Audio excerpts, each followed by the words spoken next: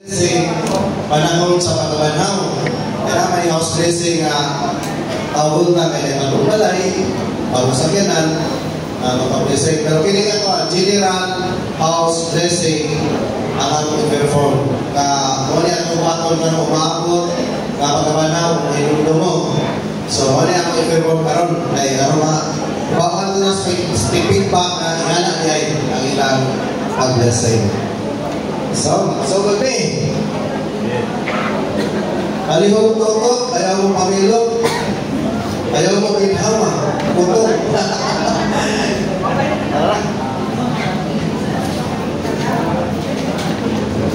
Ayo, may hapon. Ay, masister, may hapon. Kuhan, karong adlaw, Domingo sa pagkabanaw. Human, natay general house dressing, muli ang itulus ng sipahan, mabagong tubig, mo na itong i-dressing sa panimalay. Pwede ba minum mo na yun? Naarama ka ko yata. Man, kandila,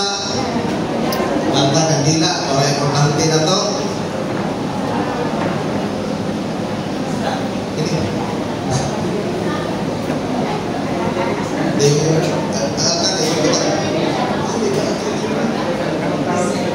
Butas taas atan.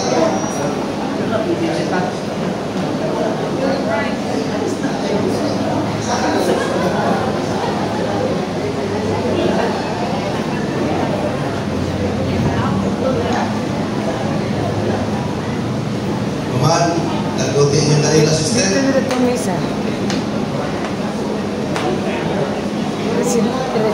Provincial dito.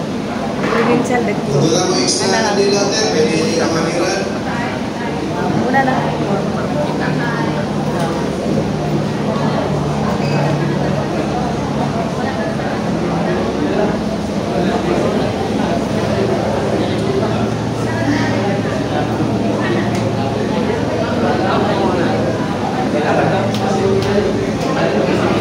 Ang kandila nila ba yung mulai guna gina?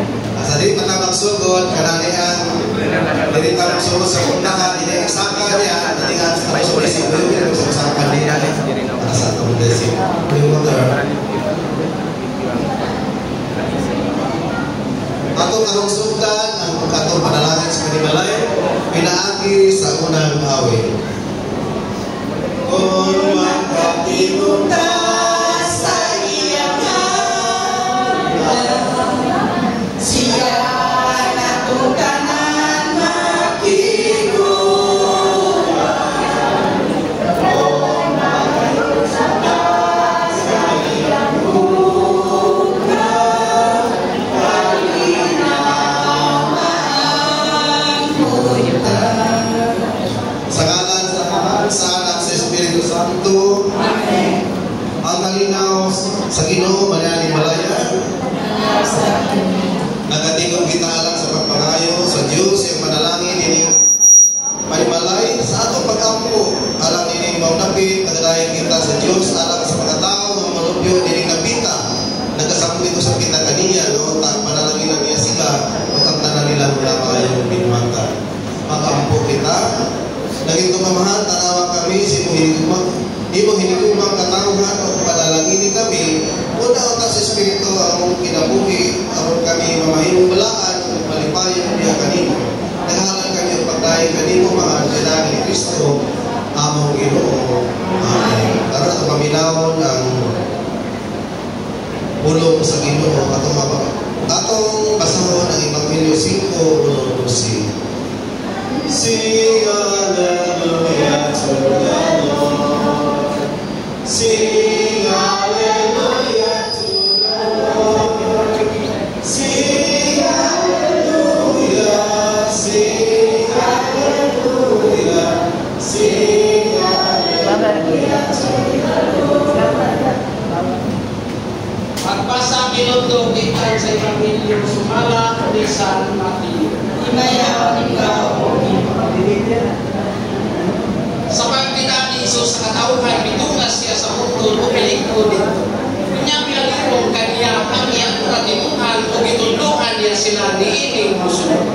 Mula nila sila kabus sa utang espiritual, kay maangkon nila ang paghari sa Diyos. Ulahan ang nagsunod ay bayo sila sa Diyos. Ang Evangelyo sa Diyos. Salmo responsorio.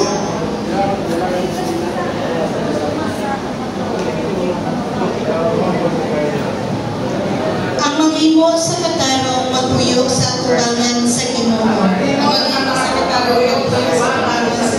Siya nga nagadakaw nga walay sala ug nagabuhat sa matarong nga nagahuna-huna sa kamatukuran diha sa iyang kasing-kasing ug walang magsulti kautan sa iyang lina. Ang maghimo sa katarong magpuyok sa atubangan sa Ginoo.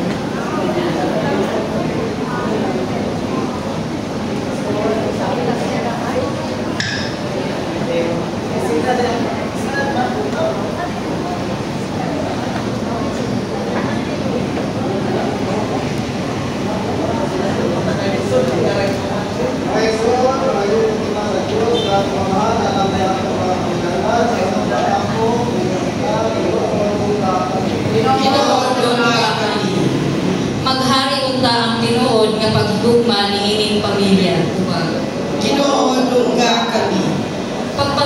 Pagpangita sa imong gingalian ug humanamo makaplagan kini, among ipaambing pinaagi sa among maayong buhay. Ginoo, lungga kami. Alihog na kuti, Manila ang iwiran.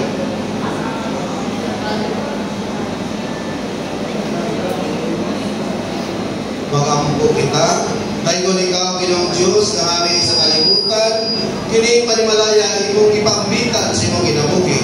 Panalangini sila, kung panalangini usap kini ilang balay, tumuloy sila sa pag-ampo karon ang piyadini at panagdayon ng ugma.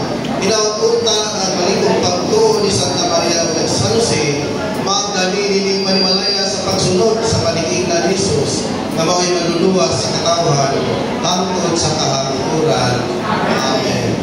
Karon pangayon kita panapang sa atong inahan uban sa atong pagpanalangin ining balay o kitang imbiton alang sa atong mga pagkampo sa panalangin. Maghimayang ka Maria na puno ka sa grasya, ang Ginoo na kanimo, bulahan ikaw sa babae tanan, bulahan sa pagbunga sa tiyan mo sa Jesus. Santa Maria, ina ka sa Dios, iampo ko kami makasasala, karon sa oras sa aming namatay. Amen. Maghimayang ka Maria na puno ka sa grasya, ang Ginoo na kanimo, bulahan ikaw sa babae tanan, bulahan sa pagbunga sa